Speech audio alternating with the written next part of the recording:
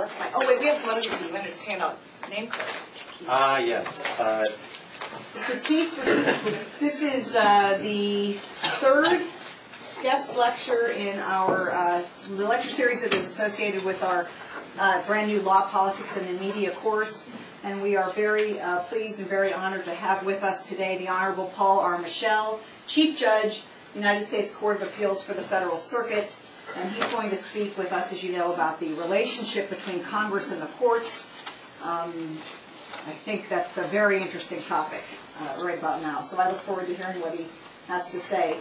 Chief Judge Michel has been a member of the Court of Appeals for the Federal Circuit for 20 years and has served for the last 3 years as its Chief Judge. He has written more than 300 opinions in patent, trademark, takings, contract, tax, veterans' rights, international trade, and government personnel cases. That's a good summary of the jurisdiction, a general idea of the varied and interesting subject matter jurisdiction of the Court of Appeals for the Federal Circuit. But prior to his appointment to the judicial branch, he served in both the executive and legislative branches of government, including as Assistant District Attorney and Deputy District Attorney for investigations under Arlen Specter in Philadelphia, Assistant Special Watergate Prosecutor under Leon Jaworski, responsible for the Howard Hughes B.B. Rebozo investigation. Of course, many people in this room have never heard of B.B. Rebozo or even Howard Hughes, but it did happen. And Deputy Chief of the Justice Department's Public Integrity Section directing the Koreagate investigation under Dick Thornburg.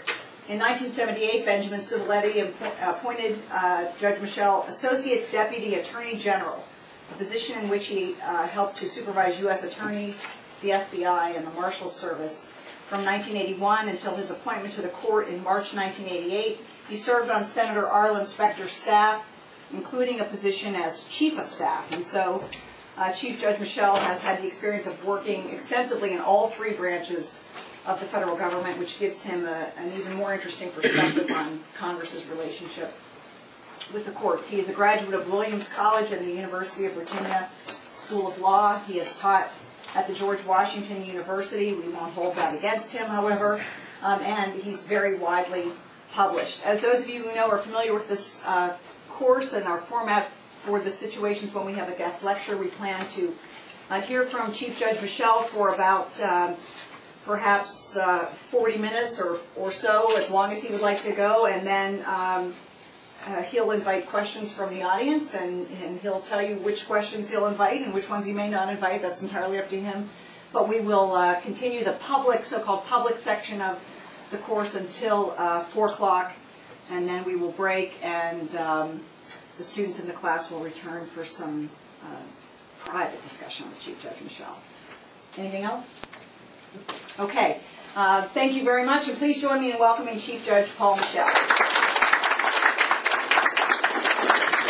Thank you. Good afternoon, everyone. I'm very excited to be here and be participating with the three teachers of this course in this particular session. I think that the idea behind the course and the very idea of a School of Law, a School of Public Policy, and a School of Journalism collaborating is a terrific idea, very beneficial, very timely, very important, and unique. As far as I know, there's nothing like it, nothing even similar to this anywhere in the country. So hats off to Syracuse University for doing it, and for these three young faculty leaders for taking over and creating something new out of thin air, something new and valuable.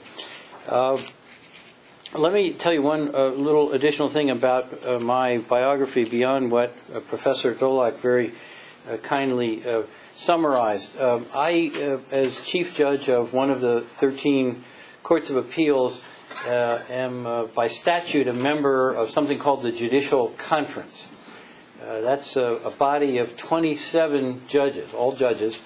It's presided over by the Chief Justice of the United States, who of course now is, as you know, John Roberts.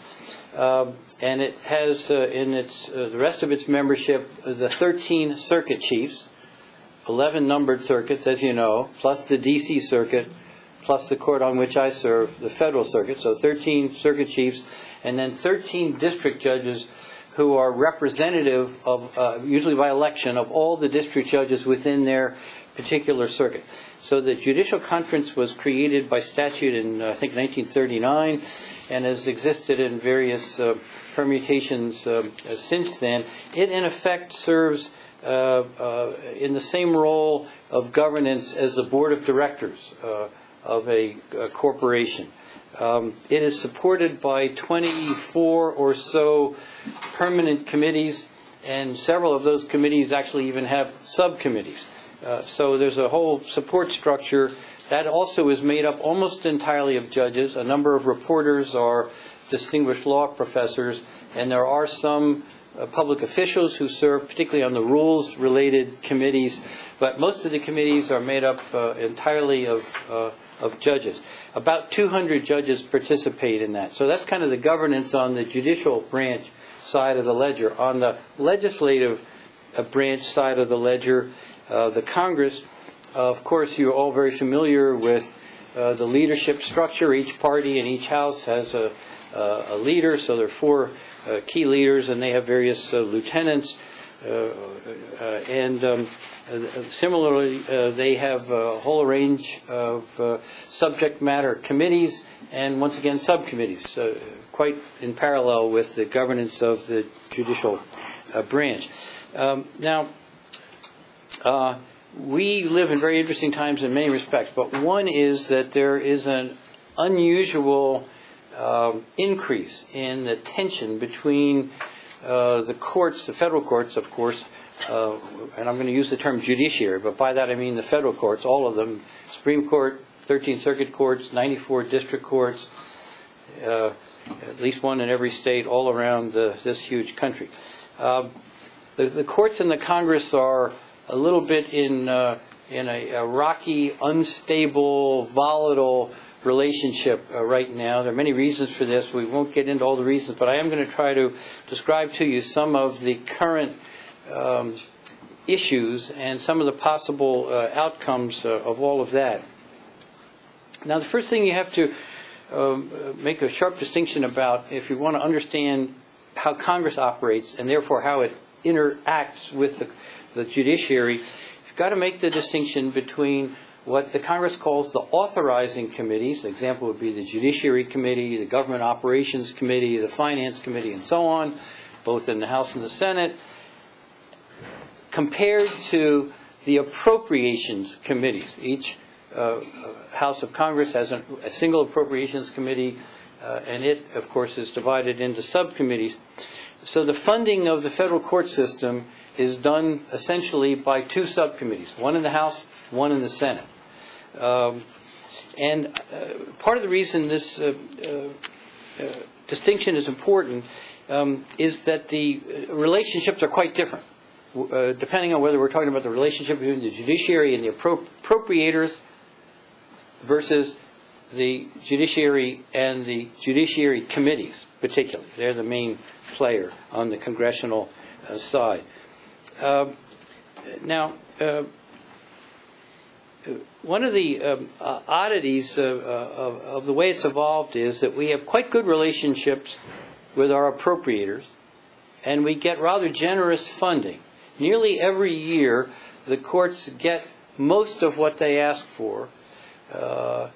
Nearly every year, they get what they had the year before, plus a generous inflation-related factor, because, of course, employees, as they get more seniority, get paid more, so it costs a little bit more even to keep the same people. Cost of living goes up, so you get a general consumer-type inflationary upward push. So even to maintain the same workforce costs a little bit more, 3%, 5%, 6%, something in that range every year. And then in order to undertake any initiatives like better computer support for the work of the courts, then you're investing even more money than that. So the judicial budget goes up every year somewhere in the nature of 6 to 8% most years. A couple of years was a little less, but in general over the last decade it's been the money of the prior year plus 4, 5, 6%, something like that. Now, what's the scale of what we're talking about? I said 13 district courts, 94, or 13 circuit courts, 94 district courts. Underneath that, of course, you have bankruptcy courts as well. About 450 courthouses, a whole lot of rented space outside of those 450 courthouses. About 650 trial judges, about 170 appeals court judges. I'm going to leave the Supreme Court out of this. One thing you should know is that the Supreme Court has its own separate relationship with the relevant committees of the Congress. The Supreme Court is not under the governance of the Judicial Conference. Even though the Chief Justice chairs the Judicial Conference, the Supreme Court is not bound by any decisions made by the Judicial Conference. It has its own governance and its own set of rules. So when I'm talking about the judiciary from now on, I'm really talking about what the Constitution calls the inferior courts, the lower courts in the federal court system, not the Supreme Court. Now, as you can surmise, it's my view that the relationships that the judiciary has with the judiciary committees is not nearly as good or as successful or as productive or as stable or as beneficial as the relationship with the appropriators. And I want to give you 4 examples. I've talked a little bit about the kind of steady upward creep in the funding, and in general my sense that the funding is adequate. Of course, any institution could use more money and probably could even use it with relative efficiency and good effect. But the courts would be exaggerating if they said, well, Congress is starving us for funds, and the reason litigation is so slow or so uncertain or so whatever is because Congress doesn't give us enough money. That case really can't be made. I certainly wouldn't make it. On the other side, I think that the relationship with the judiciary committees currently and recently is far less satisfactory to everybody. The senators and congressmen are unhappy with the judges are unhappy with the judiciary committees and much of what they do, not all of what they do, but much of what they do. And I want to give you 4 sort of case studies real quickly that try to exemplify what sort of problems come up in this relationship. Now you, all of you except the visitors, are reading this very good book. I've read the whole thing myself. I really think it's an extremely good book. And without trying to unduly flatter Professor Bybee, who edited the book and has a very good introduction at the beginning, which I really recommend. I've read it 3 times already, and every time I've read it, I've gotten even more out of it. And Professor Obie has one of the selections in the book itself, one of the principal authors. So those of you who haven't had a chance to read this, it's available from Amazon.com, Barnes & Noble, and all the normal vendors. So those of you who are interested, you should buy it. It's very worthwhile. Those of you who have to read it for requirements of the course, you're not wasting your time. It's a very thoughtful book. I have a few suggestions of what the next book might focus on, but I'll get to that after I try to explain these quick little case studies. So 4 bills have recently received the attention of the judiciary committees. I'm going to talk just about the Senate side, just for simplicity's sake and for brevity, because we have limited time. So the 4 bills the Senate Judiciary Committee considered in the last couple or 3 years dealt with these 4 subjects: immigration, compensation for federal judges, cameras in the courtroom, and patent law revision. They're the 4 separate bills. And the reason I'm listing them in this particular order is not their temporal sequence, but because as we descend the list, we are descending into worse and worse relationships. The most successful was the immigration bill. And it came about like this.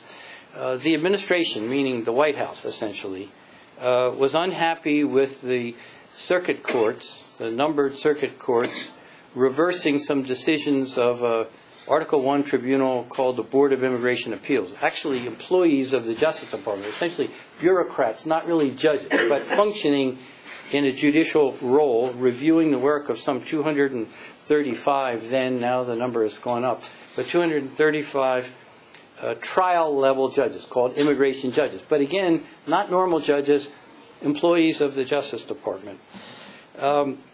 And so the proposal was made to take the review function out of the numbered circuits and put it all in the Federal Circuit. I think the motivation was mainly the hope that there would be more favorable results, meaning fewer reversals of the Board of Immigration Appeals, because from the administration standpoint, our judges are always right, and if they aren't right, the Board of Appeals corrects it, and therefore what the Board of Appeals has done is perfect, and therefore if the circuit courts are changing any of that, this is terrible, we got to stop this. So they proposed to put it in the Federal Circuit. Now you say, well, why would they expect the results would be any more favorable there? Here's where you have to pay attention to the numbers. The Federal Circuit receives each year approximately 1,600 appeals. About half of them settle spontaneously, meaning just between the lawyers and executives of the parties with no pressure or involvement by our judges or any officers of our court. So that means our court of 12 judges, 12 full-time, 4 part-time, 16 in all, ends up being about the equivalent of 13 and a half full-time judges, adjudicates about 800 cases a year. That might seem like a small number to you, but then consider that the 9 justices on the U.S. Supreme Court only adjudicate about 80 cases a year. So 800 is not really so bad as it might sound at first. The number of immigration appeals that get filed, this goes back to, it's more now, but in 2006 when this proposal came up, was in excess of 13,000. So the proposal would have added to the workload of the Federal Circuit, which has 1,600 filings, 800 actual adjudications, over 13,000 additional cases, none of which would settle, all of which would have to be separately adjudicated.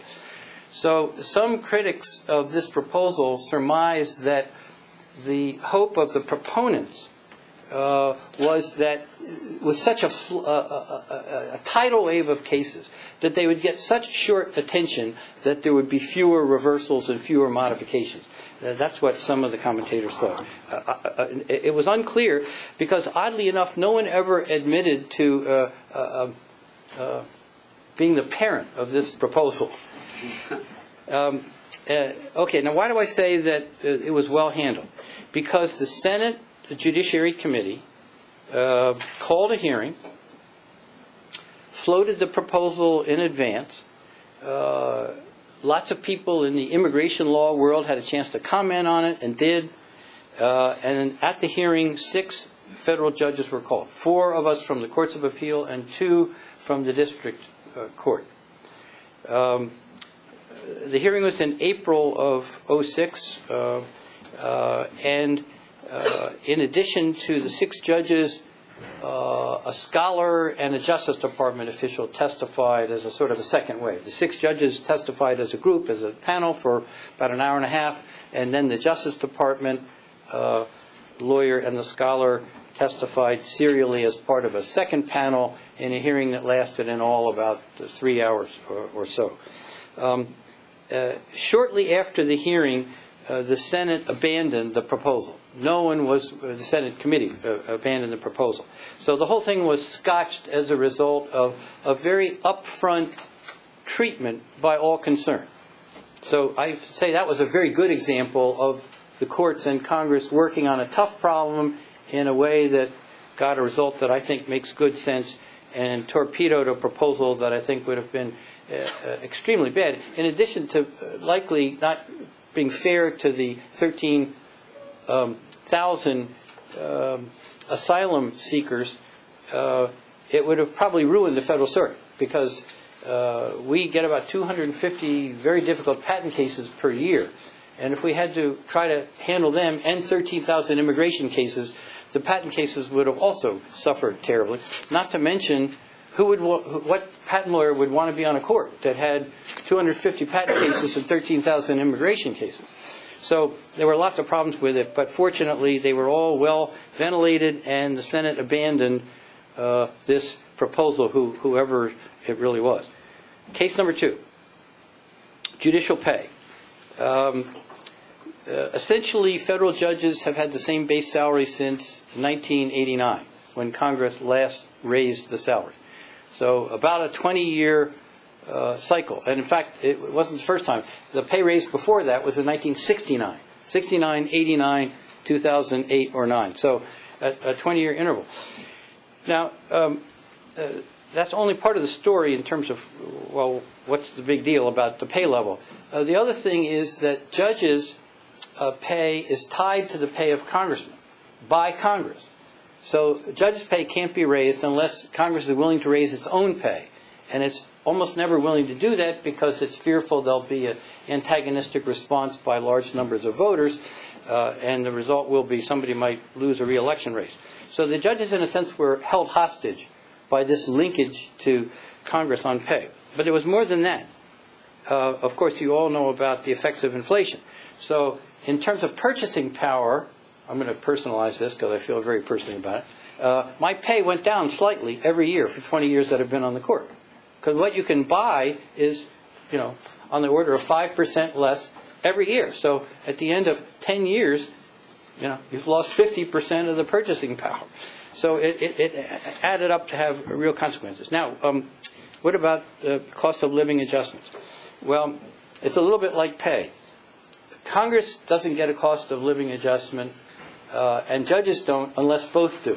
And so the same thing happened to COLAs, as we call them in Washington, that happened to the base pay, that the ability of judges to get a COLA was held hostage to a degree, not completely, but to a degree. So what ended up happening essentially in the 90s was the federal judges got a COLA every other year on average, half the years in the 1990s. But they didn't get a COLA that the civil servants got. They got half of that, roughly speaking, maybe 2/3 in some years. So we got a partial COLA, or a half a COLA half the time. So we weren't losing purchasing power quite at the rate I was saying, but we were still losing it at a very steady rate of somewhere around 3 or 4% per year. Now, why do I grade this as less successfully handled than the immigration matter? Because even though the Senate Judiciary Committee approved a substantial pay raise on the order of about $50,000 per year increased base pay for judges, and it varies a little bit. So, Supreme Court judges get paid more, circuit judges get paid less than that, district judges get paid less than that, and so forth. But everybody got about a $50,000 boost, give or take a little bit. The reason is that in order to approve the bill, the Senate Judiciary Committee, at the so-called markup, added a whole lot of conditions. So one of the conditions is that judges are now restricted from visiting law schools and being reimbursed for the travel expense by a ceiling being put on it. The original proposal was, per event was $1,000, and at the last minute it was raised to $2,000.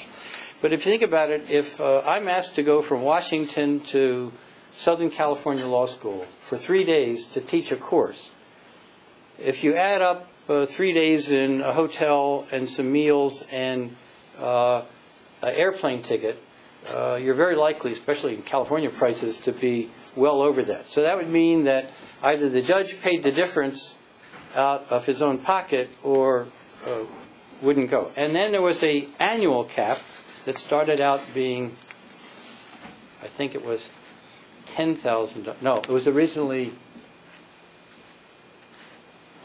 I think the original cap was $5,000, and it was raised to $20,000. But basically what it would mean is a lot of trips judges could no longer take that they've been taking, not only to law schools, but to other bar associations and other sort of events. So they added conditions, and they added some other conditions. They changed the retirement, the requirement of years of service before a judge could retire was boosted from what was called the Rule of 80, which meant you had to be 65 at a minimum with at least 15 years of service. So 65 plus 15, 80. They changed that to a Rule of 84.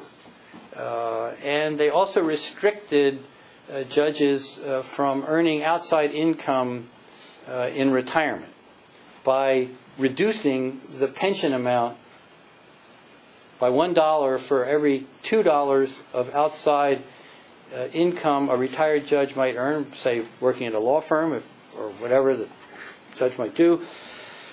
So without going into all the details unnecessarily, they put some strings in. They had a substantial pay raise. It was only about half of what the Judicial Conference asked for, but it was certainly substantial. But they put a lot of strings in. And most of the amendments that did this were only shown to the Judicial Conference and its administrative arm called the Administrative Office of the United States Courts. I'm going to call it the AO, so you'll know what I'm talking about, the night before. So these were sort of Pearl Harbor kind of amendments. You know, no chance to mobilize any opposition, no chance to do any research, no chance to write any well-reasoned papers. You know, you've got 16 hours to try to stop this if you can. So it was, I thought, a very poor way to handle it. So that's case number 2. Case number 3, cameras in the courtroom.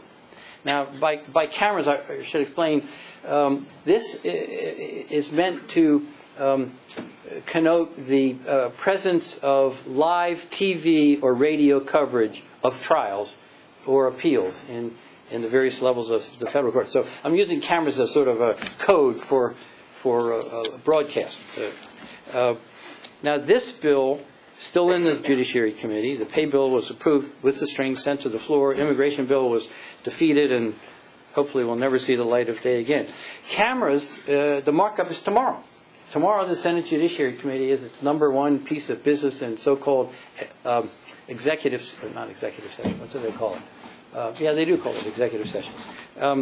That's the day when instead of having hearings, they meet to approve bills or disapprove bills or add amendments and so on. So cameras in the courtroom is up tomorrow and may get approved and may go to the floor. Actually, 2 bills. One focuses only on the Supreme Court, forcing the Supreme Court to allow television coverage essentially, and radio. And one that focuses on all 3 levels of courts, but with similar terms. Now, why do I regard this as an even less successful collaboration or communication than the pay bill? Well, because the federal judiciary for years has had a chance to comment on this, and has basically, through the Judicial Conference, taken the view that trials ought not to be televised. Mainly because of concerns over witnesses feeling intimidated or threatened, jurors feeling intimidated or threatened, and maybe lawyers or witnesses acting inappropriately for personal publicity-seeking motives. And, of course, most important of all, the danger to the parties, in the criminal case the defendant, of some destruction or reduction in due process rights to a truly fair trial. At the appellate level, the view of the Judicial Conference was not such a big problem, probably be okay to do it, but why not let each court decide for itself rather than forcing all courts in the same way, in the same time, courts of appeals, that is, to do it. The thing that I thought was unfortunate about this series of hearings is that although the judges were fully heard, 2 trial judges testified at considerable length and very cogently, at least I thought, the Senate disregarded the views of the trial judges and also of the Judicial Conference with no explanation and without much in the way of contrary witnesses except TV producers, who, of course, predictably said, well, of course we should be able to broadcast all the court proceedings with virtually no limits. Of course, the fate of that bill is still ahead of us, but I thought it was not so successful an interaction. The 4th case study, the patent bill, this has been approved by the Judiciary Committee as a technical matter and is therefore available for floor action in the Senate. However, the bill is about to be changed in material ways, all of which are being kept secret. So the bill that was sent to the floor is not the real bill that will be considered, if they consider it at all, by the Senate, a substitute bill with a content yet unknown is being prepared but kept secret. So once again, input and ability to argue and counter and produce evidence and vet the whole issue is being severely constricted by the secrecy which is at the hands of the Senate committee leadership. Now, one of the most unusual things about this is that the committee leadership agrees that at least 4 provisions of the bill are highly controversial, highly problematic, and need change. And yet, instead of reworking the bill in the open in the committee, the plan is for the unknown changes to be surfaced at the last minute right before it goes to the floor in a so-called manager's substitute bill. So I grade that as the least successful of all in terms of fairness, openness, transparency, logic, good process, and other things like that. Now, the other thing about the patent bill that I think make it problematic is that the report of the committee, which was just published about 10 days ago, essentially cherry picks isolated testimony of certain witnesses in favor of what the provisions, the controversial provisions of the bill says, and totally ignores all the testimony to the contrary. So what would you think if I wrote an opinion that only dealt with the evidence of the side in whose favor I ultimately ruled and said nothing about the evidence or precedence or logic or policy or anything else about the side whose case I'm rejecting because of the way I'm ruling? You would probably think, well, that's not very good judging. But that's more or less what the Senate committee report's content amounts to. So very unsuccessful in my opinion. Now, I want to talk a little bit about this book now that I've recommended it. The subtitle, of course, Bench Press is the principal title. The subtitle is The Collision of Courts, Politics, and the Media. And it's a little bit of a takeoff of an earlier book by one of the contributors to this series of essays, Professor G. from Indiana. His book was called When Courts and Congress Collide, also available from the normal purveyors. And I've read that book too, and it's also quite a good book. And the reason I'm mentioning these two titles is I want to quarrel a little bit with the choice of the word collision. I guess if you're a bookseller or an editor, you can't resist the alliteration of courts and Congress collide. So you had to have a C word, so I guess that's how they ended up with it. But I think it's a very poor connotation because it sort of suggests like an auto crash that happens all at once. But this is more like a bad marriage. This is two people who have to get along because they live in the same house. We live in the same government. The courts and the Congress, and of course the executive branch, but we're not dealing with them today. This is more like diplomatic relations between two sovereign states. You know, can the U.S. get along with England or Germany or Russia? And does it ebb and flow? And what influences it? And what can be done to make the relationship work better? And what makes it work not so well? So I want to quarrel just a little bit with the word collision in that kind of thing. So as in the analogies I'm drawing to marriage or interstate, internation relationships, of course what you need is trust, respect, credibility, communication, living up to promises, not pulling dirty tricks, not pulling surprises, all the things that you know from your own relationships with friends or spouses or so on, and which you see in international relations.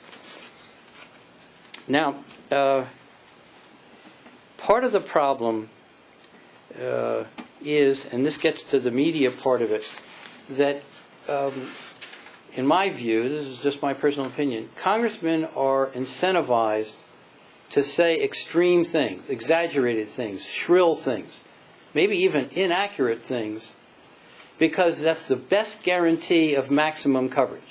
If you want to get a 20-second spot on the evening news nationally or even locally, you almost have to say something really extreme. The sky is falling. The courts are ruining America.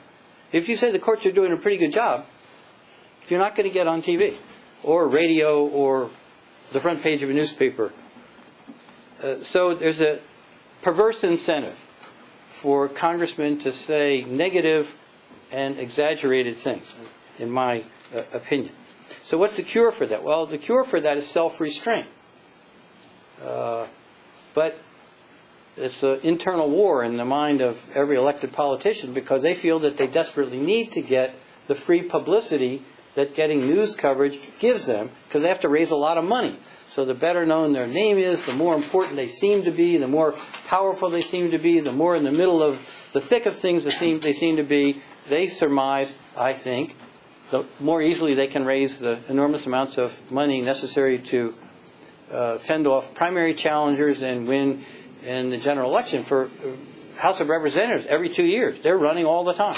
They're raising money the first day they get sworn in. They're raising money for the next election. There's a little saying that I learned as a Senate staffer in the 80s, and that is that money talks, early money shouts. So people who can raise money because they're well known have huge advantages, and everybody knows that. So they're all looking for ways to get a lot of media coverage, and it distorts the communication between the branches, and also the communication to the public, to the voters, of what's really going on. What are the real problems, which are big, which are small, which are pretty well under control, which aren't, and so on. So a lot of restraint is needed. Now, of course, as in all relationships, the restraint doesn't work if it's only one-sided. If the judges run around saying shrill, nasty, negative things about the Congress, that's not going to help the relationship. And there is a little bit of that. I say a little bit because I think most judges are very careful to be logical and calm, and where they comment on other people's conclusions, generally restrained and respectful. But there have been occasionally very harsh things said about the Congress by judges, including by Supreme Court justices. There was a case involving the Commerce Clause in which I think it was the late Chief Justice William Rehnquist, who basically said that the Congress's fact-finding was, this wasn't his word, but this was a flavor, pathetic. And they ruled that a statute was outside the very broad bounds of the Interstate Commerce Clause because the fact-finding was viewed as deficient. And the words used in the Supreme Court opinion were very harsh. It was basically, you congressmen are a bunch of fools and you did a rotten job. And of course, that didn't go over well at all with a lot of the leaders in the Congress. So it's not one-sided.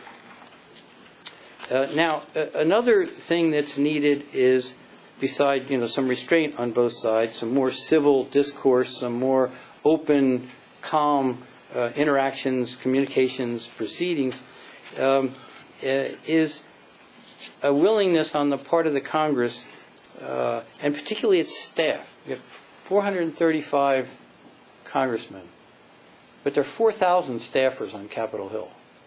And they're nearly all very smart young people, like the men and women in this room. So it's not that they don't work hard or aren't smart or don't have impressive degrees from great universities like Syracuse. But they don't have experience and they don't have perspective because they're 30. They're not 60. And they haven't yet had the chance to really be out in the world and develop judgment and realism and things of that sort. So one of the problems is a sort of way that legislation can get run away out of any kind of control, even of the legislators themselves, is because you've got all these super smart young people, and they have their own ambitions and their own goals sometimes. So there's a question of, can the staff be controlled, and can the staffers use adequate self-restraint, just as the members probably need to. Over on the judicial side, same thing. We have law clerks. That's our staff. And Professor Dolak took a leave of absence from this very fine law school to benefit me and the court, and come to spend a year as a law clerk. And it was a tremendous collaboration, and really one of the most fun experiences I've ever had. I have over 40 law clerks, but I never had a better one than Professor Dolak. And of course, it's no surprise because she was already a seasoned litigator, a tenured professor, an established author, and so on. But we have our own staff, and they also need to be kept under some kind of control. So again, I'm not trying to suggest this is all one-sided. Now, I mentioned the 4 case studies, and I want to mention just in the fleeting moments that remain a few other topics that you should watch out for as you become students of the clash or collision or tension between the federal courts and the Congress. A few years ago, there was a serious push to impose on the judiciary an outside inspector general selected by Congress. And that bill faded away after initially gaining quite a bit of traction, principally because its key proponent, then House Judiciary Committee Chair James Sensenbrenner, a Republican congressman from Wisconsin, was term limited and was no longer in the position of chair, able to sort of push that legislation forward. So that receded as a threat. But on the pay bill, Senator Grassley, a Republican from Iowa, announced that he was going to add as an amendment to the pay bill the Inspector General bill that many people thought had been sort of cast aside as a serious bill. Now, he didn't do it, but maybe the plan is when it gets to the floor to try to offer a rider amendment that would add an Inspector General. So that apparently remains something of a threat beyond the 4 case studies I've mentioned. Then you have, as a second potential threat, various forms of jurisdiction stripping bills. You know, if we don't want the federal courts to be able to see whether due process is being given to terrorist prisoners in Guantanamo or any other group, then you say, all right, well, we'll take away the jurisdiction of the federal courts to hear that category of cases. You can define the category any way you want. And Congress from time to time says, all right, no more affirmative action cases, no more abortion cases, no more this or that, whatever, you know, the topic du jour is. Third, what I'm going to call a punitive bill. For several years, there was a very energized effort to split up the Ninth Circuit Court of Appeals. Now, it is much larger than the other circuits. It's awkwardly large. It covers in a huge expanse of America. It has 28 active judges, soon to be 29, and it has as many senior judges. It's so big it can't even have an in-bank court because it's just impossible to make it work with that many people. Have to fly in from 11 different states, I think, are in the Ninth Circuit. So they have a mini in-bank. But in any event, the motivation for the bill was essentially anger at some rulings of some Ninth Circuit judges. Now, I'm not necessarily agreeing with the rulings, but I'm just trying to be accurate about what the motivation was. So it was to punish the circuit for rulings that some congressmen, and they were more representatives than senators, didn't like. So that's a third lingering, lurking threat out there in the weeds that the courts have to be concerned about. Now, when you read the literature in the books edited by Professor Bybee or in Professor G's book or in other things that you have or may read, you'll see a lot of descriptive material, and it's very good, and I agree with it, and I commend it to you.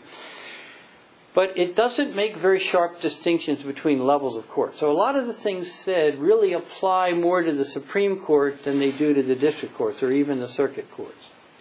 So that's one thing that I urge you to kind of watch out for, to make a distinction. After all, the Supreme Court is essentially a constitutional law court for the most part.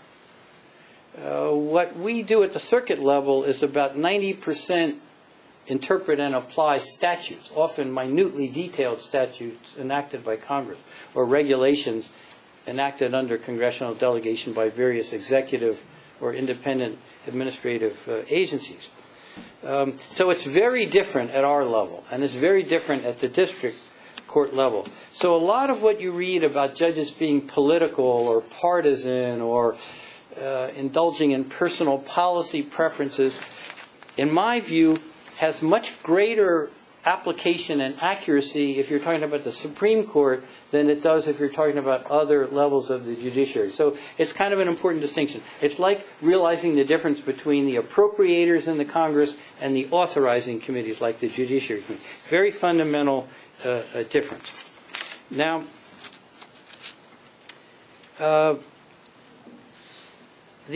another aspect of this is that the media, of course, tends to focus not on the 80 cases per year by the Supreme Court, but the 10 out of the 80 that deal with the so-called hot-button issues. And that's a natural phenomenon. It's the way the media beast works. It's just the way it is. It's looking for what's dramatic, what's new, what's upsetting, what's emotionally powerful, and so forth. But it's important to keep a few numbers in mind. I mentioned that the Federal Circuit makes about 800 adjudications a year. Supreme Court 80, Federal Circuit about 800. Most circuits make several thousand adjudications per year. So when you compare the Supreme Court on the one hand with all the other federal appellate courts, there's this huge imbalance. It's 80 cases versus about 20,000 cases.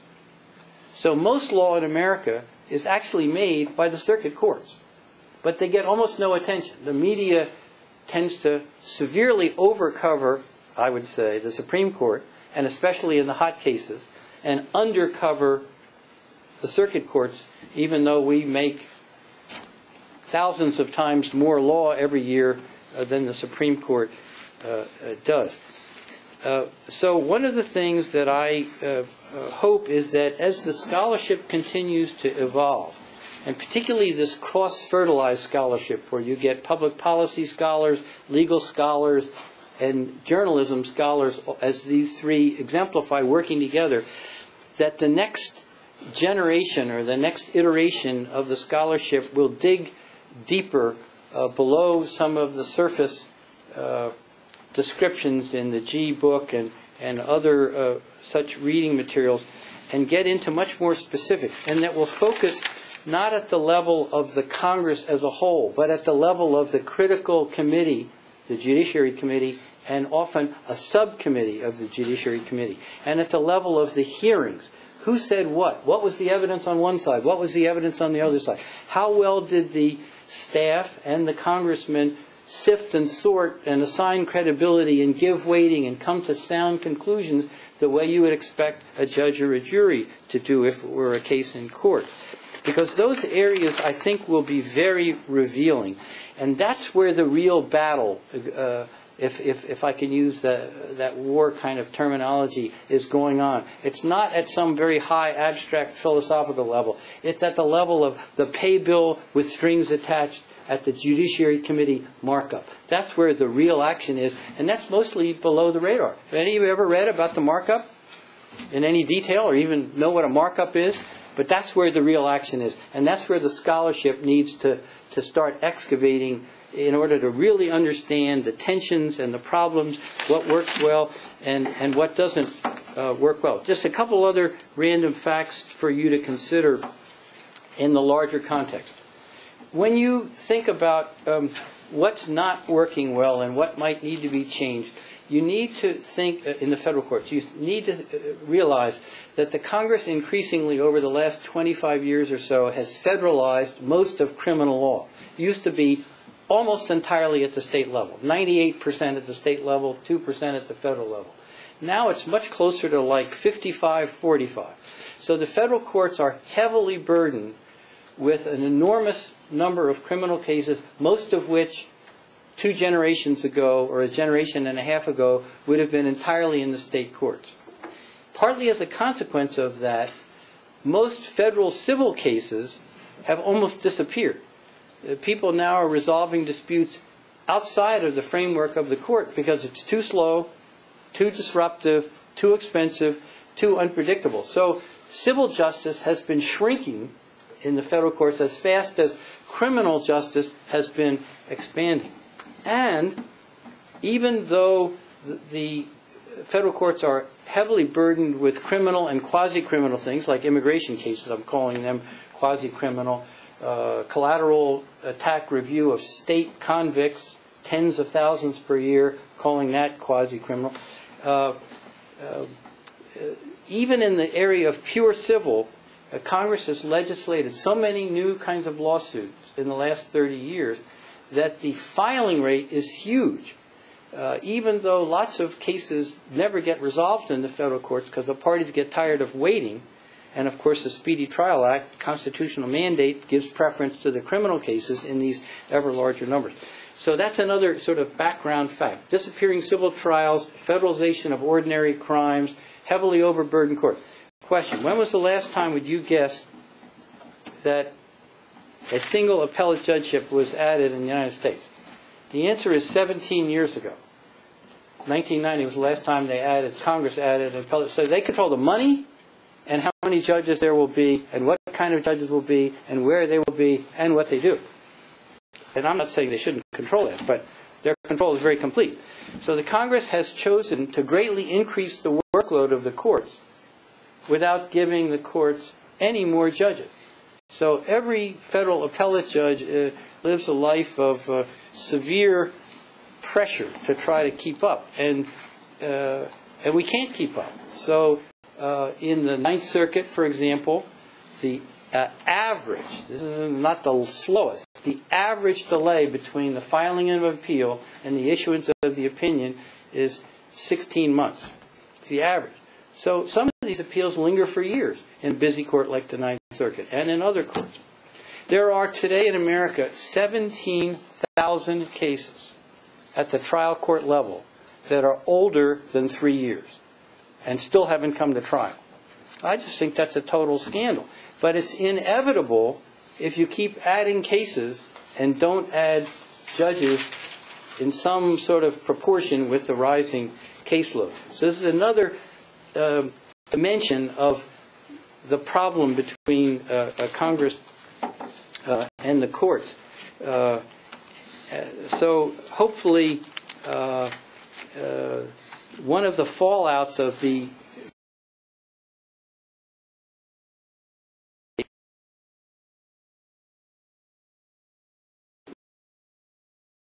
will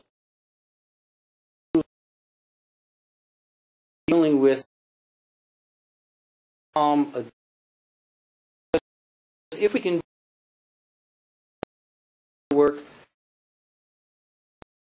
the citizens way that they operate.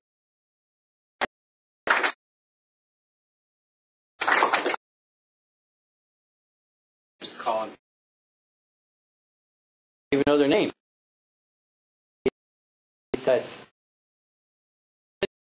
Anybody have any? Break the ice. Question.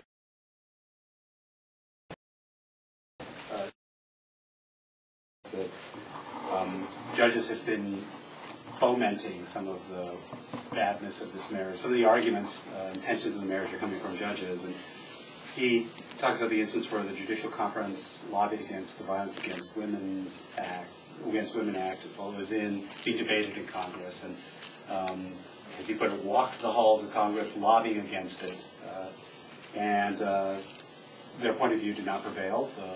The bill was passed into an act of signing into law, and then, although the Supreme Court is not part of the Judicial Conference, as you said, ultimately ended up striking it down, and that he thought that this made judges look just like another interest group rather than an independent branch. And so I was wondering if you shared or what your thoughts were about not only that particular episode, but if you think that over time the Judicial Conference has become more of a political actor and less of a voice of an independent, coordinate branch.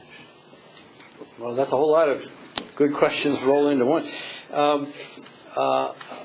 I think there's a very important distinction that should be made, and that's appropriate, about what the conference should say with respect to pending legislative proposals and what it shouldn't. It seems to me that the conference, or individual judges or chief judges, are entirely on solid ground in commenting on what will be the impact on the courts. How much added delay, how much greater risk of a wrong decision, a mistaken decision. Now, being a federal judge is a little bit like being your airline pilot or your surgeon. We have no stake in the outcome in the sense of we don't own stock in anything, so we don't care who wins, and that's the way we're perfectly neutral. So what do we worry about? We worry about making a mistake, because like your surgeon or your airline pilot, if we make a serious mistake, a lot of people can get hurt wrongly, unnecessarily, not in accordance with law. So we worry that if bills are passed that further the overburden to a grade enough, we won't be safe decision makers anymore. We'll be like the pilot who's putting a plane through a maneuver where the wing will break and fall off, and everybody will die. So impact on the courts, I think, is an appropriate area for judges collectively or individually to comment on, and they have to do it carefully and with some foundation, but I think that's appropriate. What's not appropriate is to get into the area of pure policy. It's a pure policy call whether to pass the Civil Rights Act or not pass the Civil Rights Act. And judges should not be telling Congress what they think as a group or as individuals about the wisdom, the policy wisdom of that. So if that distinction is observed, I think that the courts can make helpful input to Congress that becomes part of its decision. It doesn't dictate the decision, but it becomes a factor that the Congress can, and I would say, should weigh. I think that distinction is not widely known, not widely recognized, and that if it were, everybody would be better off. If everybody stays, within their proper role, there are big restrictions on the role of judges, and appropriately so, and there are limits to the powers and appropriate roles of executive branch actors, and the same thing in the legislature. And if everybody can stay within their role, then the inner workings of the three branches can maximize good results and minimize risks and disruptions and collisions. But it takes a lot of focus on what's appropriate for each actor to do in a given situation and what's probably over the line. And that's, my sort of hallmark. Everybody's got to watch where the line is and stay within their proper boundaries.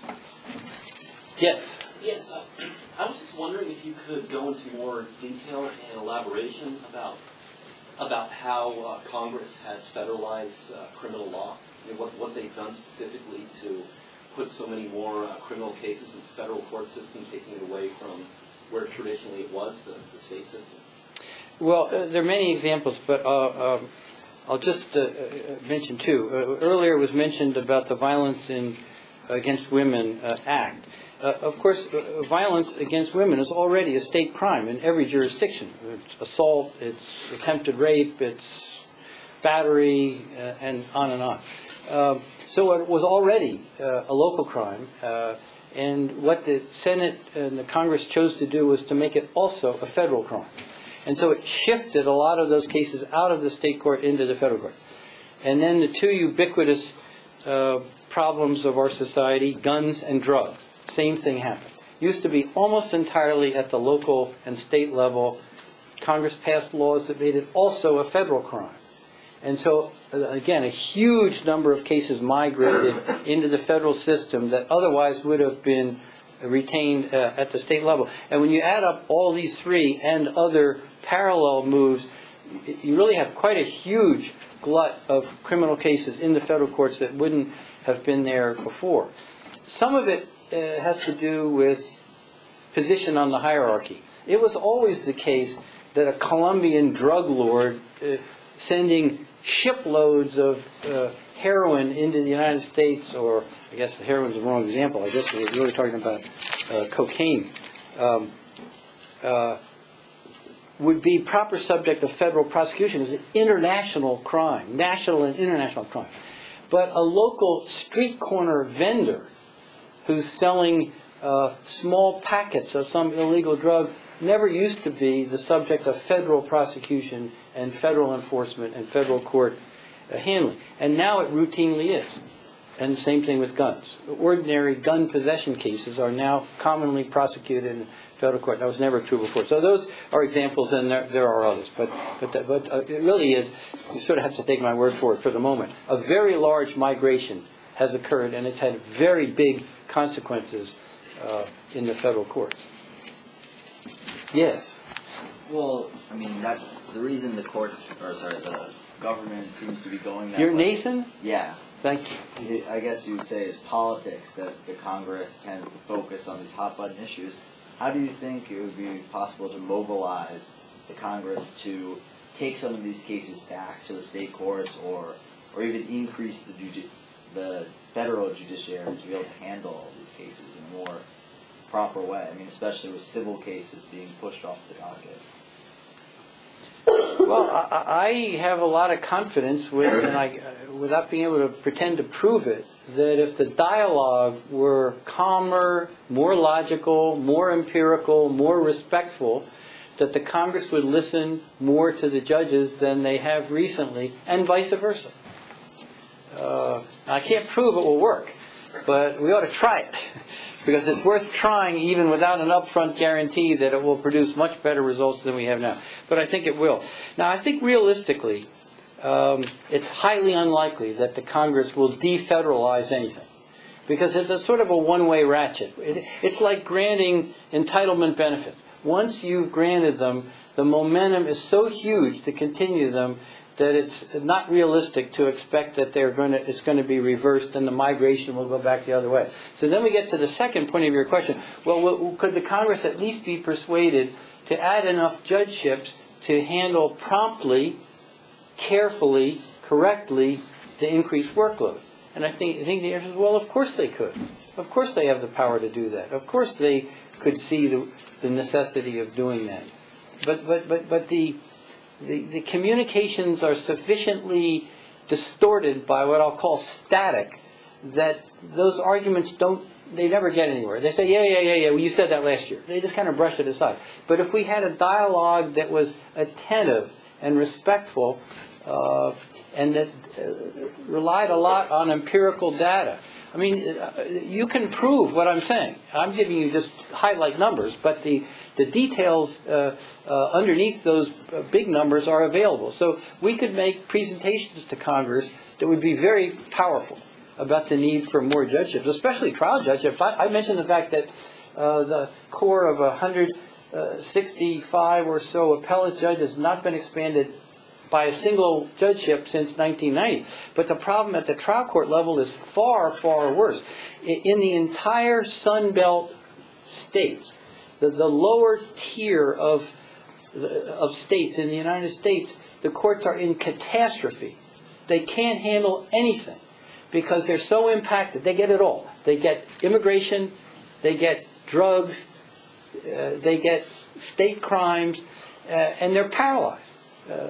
So particularly along the southern third of the United States, from Southern California right on over to South Carolina and everything there below, they need to add at least 100 more federal trial judges tomorrow if we're going to have any kind of speedy, efficient, careful, sensible justice in those regions of the country. And again, it can be proven. This is not impressionistic. There are numbers to back it up. But it gets lost in the static. It's part of what happens now. Do you think? Follow up? Yeah. Yeah. What do you think that judges can do? I mean, I understand what you're doing now, but to increase the dialogue, I'm a little bit skeptical that the Congress will really listen to common sense, just common sense. I mean, is that enough? Is there any way to convince them to listen? Well, let's take the pay issue as an example. Federal judicial pay has been eroding because of inflation every year since 1989, the last time the base pay was changed. So it was a long-standing problem, visible to everybody who's paying attention, and there were many prior efforts by the judiciary to get us de-linked from congressional pay, to get real COLAs, and to get periodic pay raises. All of those efforts failed. But the current effort is succeeding. Why? Because it was much better organized. When the new Chief Justice took over those responsibilities, he made his number one priority to try to get increased compensation for federal judges. And he organized a group of people to help and advise him on that, and he started meeting with leaders in Congress and then with others in Congress.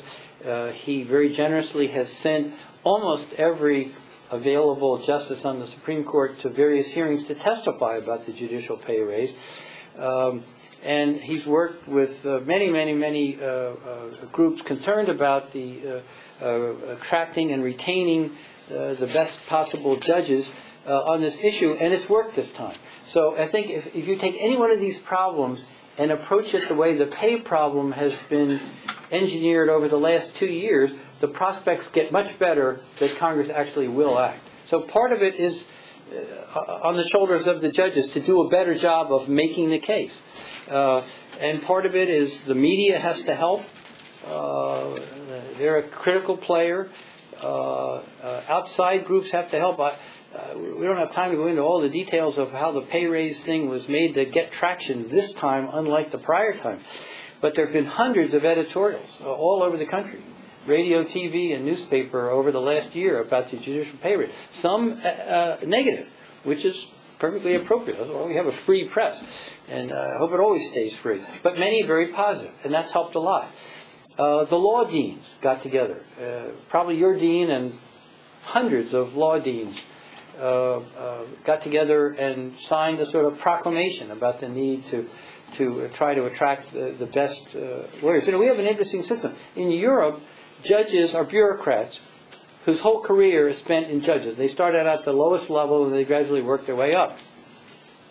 In America, we take highly successful lawyers in mid-career, usually in their 40s, as the main recruitment pool for federal judges.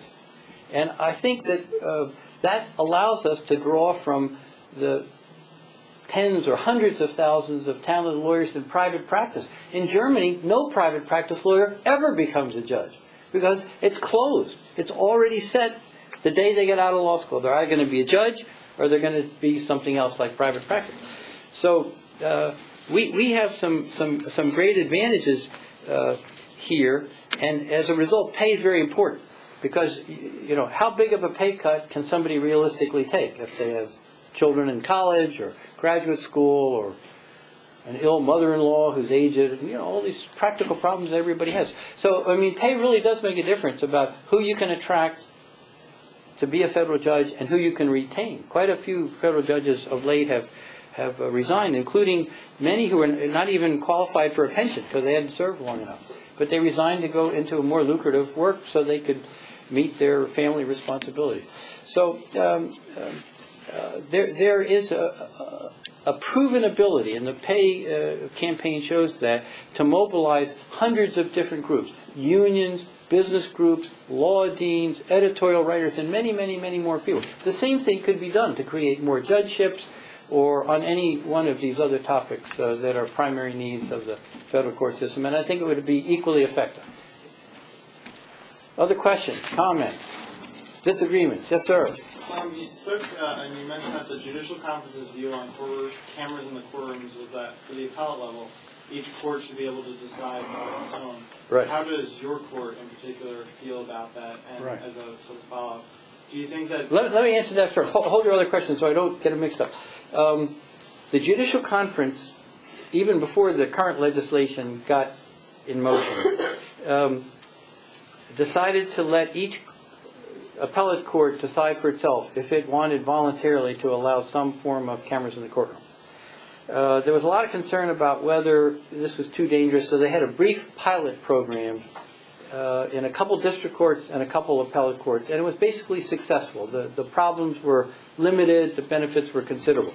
So at that point they said, okay, every appellate court choose. 13 courts, 2 chose to do it, and 11 chose not to do it. My court chose not to do it. I voted to do it, but I was in the minority. And it's a democratic operation in terms of internal governance. We have 12 judges, so you need 7 to change the policy. There weren't 7 who were willing to have cameras in our courtroom. There are more now than there used to be. And my guess is in a couple of years there will be 7 votes on my court. It's just a guess. But so that's how it's happened. Now, the Second and Ninth Circuits routinely make available for broadcast if anybody's interested. And I've seen a few on C-SPAN. I don't think I've seen them on other networks, Court TV or newscast, but at least on C-SPAN, arguments, and they've been doing this for years. And so now it's no longer a pilot program, it's an ongoing program in two circuits. So actually, I think the Judicial Conference view is not really a tenable view anymore, to say each court should decide for itself. It's proven to have so little negative impact and so much positive impact that I wish, but again, I'm in the minority on this, I wish the Judicial Conference would say appellate courts should do it and will do it, with or without legislation. I would try to hold the line on trials. I think there really are serious problems. Of course, many states have it, but they also have a lot of problems.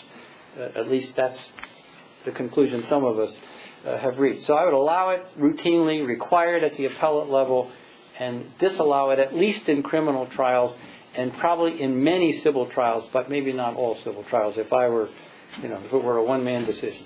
Good question. Now, the second part of your question? Oh, it was just going to be, do you think that allowing cameras throughout the appellate courts would lead to less of a focus just on the Supreme Court and those 80 cases that you mentioned? That's a very interesting question.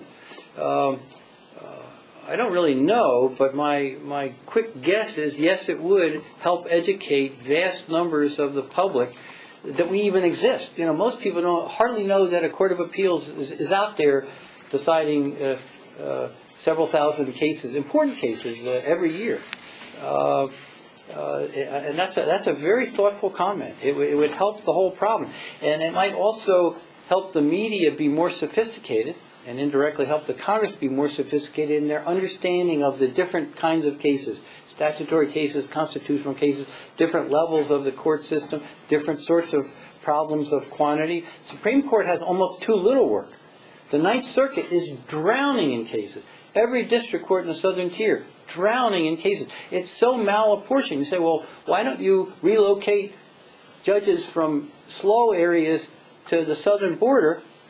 Congress has specified where every judge will be. Every judge is a geographic entity. So if Congress has said you're going to be a judge in North Dakota, you're in North Dakota. You might be more needed in southern Texas, but you're in North Dakota. So it would be another thing where Congress would have to make a change. But if they knew more and if the media covered it more, it might increase the chances of those sorts of changes being made. That's a very thoughtful comment. I hadn't thought of that. I have to use that in the next time my court has a vote on it. Yes, sir. Actually, you mentioned how you felt the media should probably try to play a bigger role in this, and I was wondering, obviously, with the judicial branch, relative in terms of exposure that the public gets, the president, the executive branch gets a lot of media exposure because they do a lot of advocating through the media to the people, and Congress naturally does.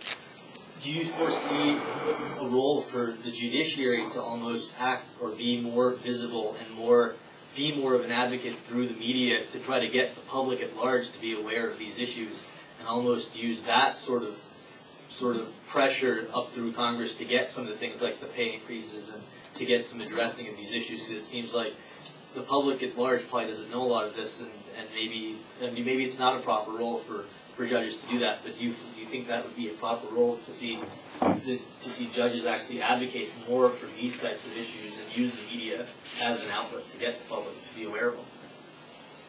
Well, I think it's a dilemma. The most important thing for judges to do is do their work carefully, promptly, correctly. Second most important thing is for judges to be credible and trustworthy and different. We're not political animals. We're not supposed to be political animals in the sense that a congressperson or a mayor or a governor or a state senator, etc., are supposed to be thoroughly political animals. So we need to be careful to preserve all of that. So there may be a somewhat bigger role than judges historically have played. Most of us just kind of hide out in our courthouses and hope that terrible things don't happen. And that probably was excessive in that direction. It would be easy to overdo it in the other direction at the expense of credibility and promptness and carefulness in decision.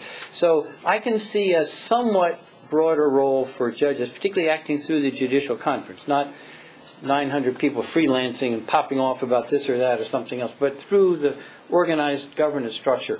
But even that has to be done with some careful restraint. You know, part of the reason countries get along is that they don't attack each other, or when they get along.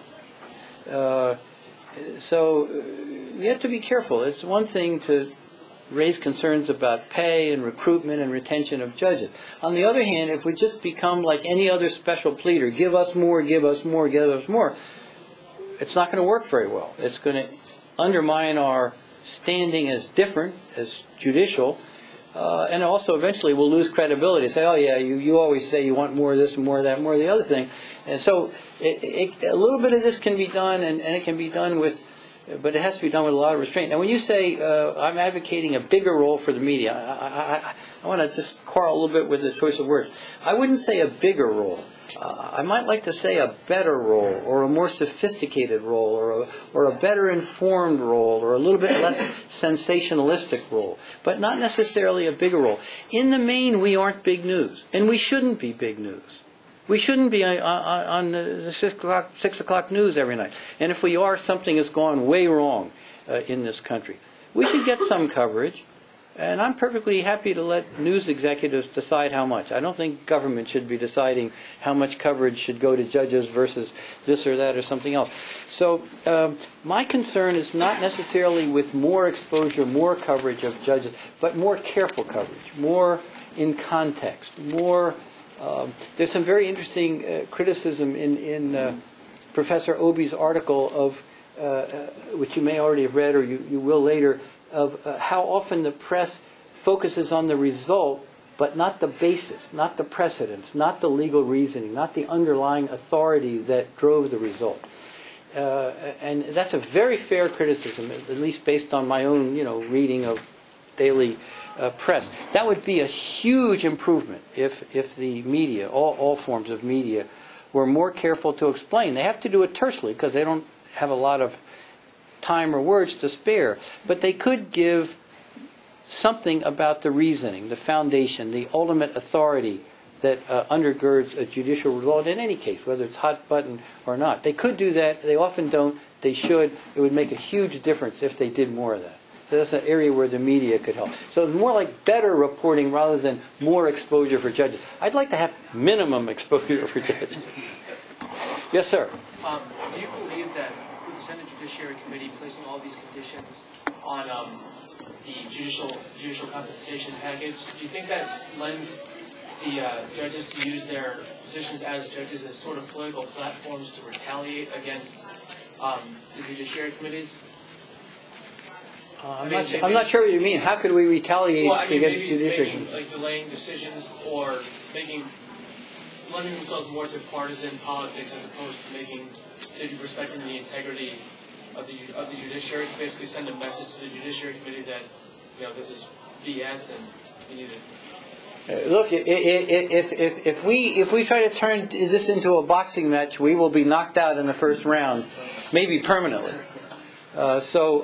It wouldn't be fruitful. It wouldn't be appropriate, but it also wouldn't work for us to try to intimidate or threaten or retaliate against the Judiciary Committee if they attach some string to a pay bill. The power disequilibrium is so huge that the Senate would be entirely unmoved and we would be crushed. So that's not a war that judges should want to start, and I don't think it's appropriate either. Look, I'm not saying the Senate should have to do what the Judicial Conference would prefer. All I'm saying is that the Senate or the House or the media should listen thoughtfully to what the Judicial Conference says and weigh it along with other appropriate things to weigh. Nobody should be guaranteed that they win the outcome they'd like to have, but they should have a fair chance to present their case. We often are not called to testify in Judiciary Committee hearings, very often, even though the bill at hand has huge impact on the federal courts. You would think it would be routine to have the appropriate judicial witness, not the only witness, maybe not the main witness, but a witness. But it often doesn't happen. That would be one thing the committee could do to sort of show good faith And then we have to do our part. It's like all relationships. It's a seesaw thing back and forth where you build confidence, you do something good, and the other side figures, well, they better do something good. It's the opposite of retaliation. You know, retaliation is you punch me, then I punch you back, then you hit me with a board, and then I shoot you with a gun. You know, that's the way that works. But it can work the other way too. You can de-escalate, and you can start doing good things that build confidence. That's what they do in these, peace negotiations. They figure out some little things that the one side can do to meet some minor need of the other and sort of show good faith. And then the other side tries to reciprocate. They do something, and then it's the opposite of a deterioration. And so there's some potential for that. We could help the committee. The committee could be fairer to us. They're not huge things. They're not dramatic things. But they would get things on a little bit of a different plane. It would be very constructive if we could do that. I only ask because I've been watching a lot of cynical television, so that's the only reason why. Yeah. Well, it's a good question. It's a very thoughtful question. But we're not in a position where we should be viewed as trying to intimidate or retaliate or threaten or challenge the Senate, because it's not an appropriate role, and it would surely backfire, as I was saying. Yes? Judge, how does your experience as a staffer, congressional staffer, inform your role, whether it's in your role as a judge hearing cases or in your administrative role? Does it do you any good? It's hugely helpful. First of all, having been a staffer, I know that staffers exist, thousands of them. And I used to be one of them. I remember how much unbridled influence I had. Scary amount of influence. I know how legislation is written, sometimes by professionals, Congressional Research Service, career professionals, but very often by smart young people who've been told this and this and that by this lobbyist or that lobbyist, and maybe they got it straight and maybe they didn't. So I'm very aware of the staff. Now, it used to be a half a century ago that most bills were very short, 5 or 10 pages. Now bills are routinely hundreds or thousands of pages in length and extremely detailed in their prescriptions or proscriptions. Most of them have never been read by the members who vote on them. So having been a staffer, I know that's the reality. Most of those senators have never read the patent bill from start to finish. They maybe haven't even studied the 4 most controversial provisions, and the same with other bills, just using that as an example. So I'm very aware of that, and it helps me know, for example, that a committee report doesn't necessarily tell you the whole story. It may tell you one side of the story. So if you're a journalist or somebody else, a scholar, who's trying to figure out what was really going on, you have to excavate down deeper in like a coal mine or something. You've got to look at what was the hearing like, because the report may only give you snippets on one side from the hearing. But if you look at the actual hearing, all the testimony, all the submissions, all the witnesses, then you have a gold mine of factual kind of material, evidentiary sort of material.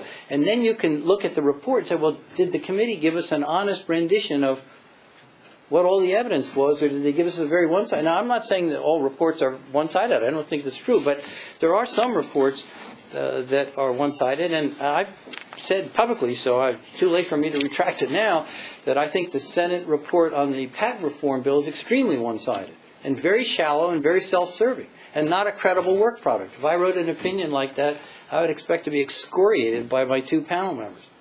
So there are occasions when it happens. How often it happens, I don't even know. But that would be a great subject for scholarship. But you can't just rely on what does the bill say, or what does the committee report say, or what did the bill manager say on the floor. That's all PR. At that point, they're just talking nonsense. It's just to try to impress people. The real grist in the mill is at the hearing level. Reports submitted, empirical studies done, testimony from many witnesses, cross-examination by senators. That's where the real crafting of legislation is done. Once you're at the report level or the floor level, it's kind of it's a fait accompli for the most part. So what I'm hoping is that the scholarship will keep digging deeper and deeper, because when you get to that level, That's where all the gold is. That's where all the coal is. Other questions? We got about 4 minutes left, and I'm told we have to quit. Yes, sir. You call our attention to the perverse pressure on politicians to say things to make the news. Do you think there's a similar kind of pressure on legal academics to say something outrageous enough to grab the attention of their colleagues, and that this might be behind some of the one-sided materials you see out of the patent bill? Yes, yes, and yes. Of course, we should immediately add, most academics, most judges, most congressmen don't give in to the temptation, but some do, and it causes terrible problems. In any discourse, if one or more participant in the discourse starts playing with the truth, telling whoppers, hiding things, taking things out of context, then the discourse deteriorates. It can't help but deteriorate. If one journalist here or there, one professor here or there, one judge here or there, one senator here or there saying extreme things, no problem. We all live with that. It's in our families, it's in our classrooms, it's in our law offices, it's everywhere. It's human nature. But if it's not a small percentage, if it's not 5 or 10% doing that, but it's 45% doing that, sea change. Total different force field. And I think that's what's happened, is that these kind of unfortunate behaviors have gone from being a rare exception to being fairly common. And at there's a certain tipping point, and it's way less than 50%. It only needs to go from the 5% aberrational to about 30%, and now you have a whole different ballgame. And I don't know where we are now between 5 and 30, but we're moving upward, and it's a problem in the whole society. It's not just on legal issues, on all issues, all media coverage, all congressional debate, and the same at the state and local level, is in danger of degenerating through lack of candor, lack of context, lack of important detail, lack of respect for people with a different point of view.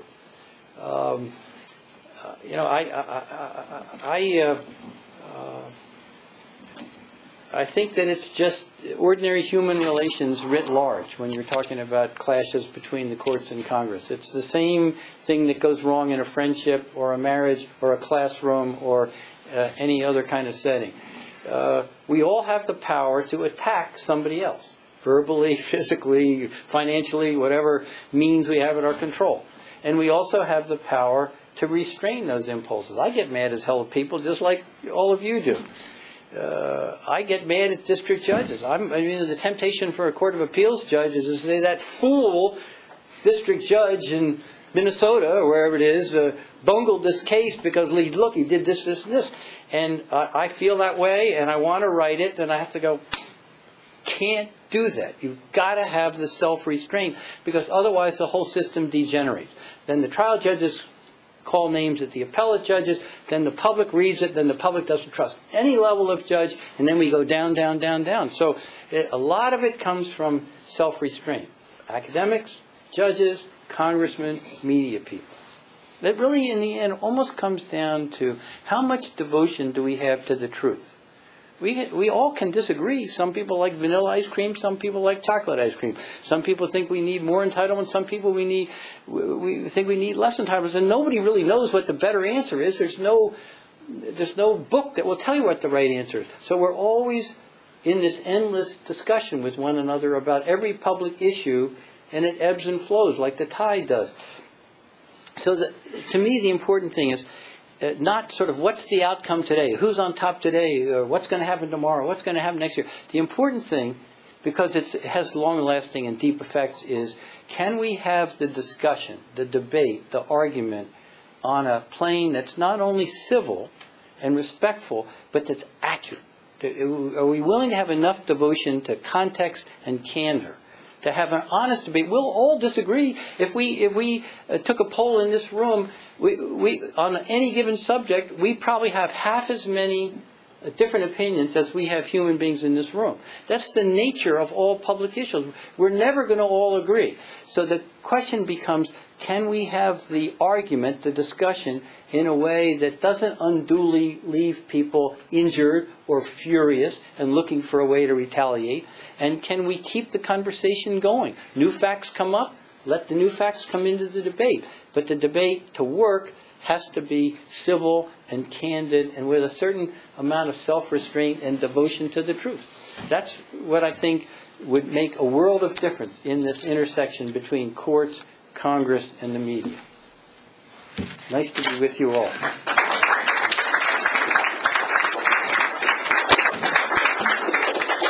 That concludes the public portion of our lecture. The Law, Politics, and Media class will be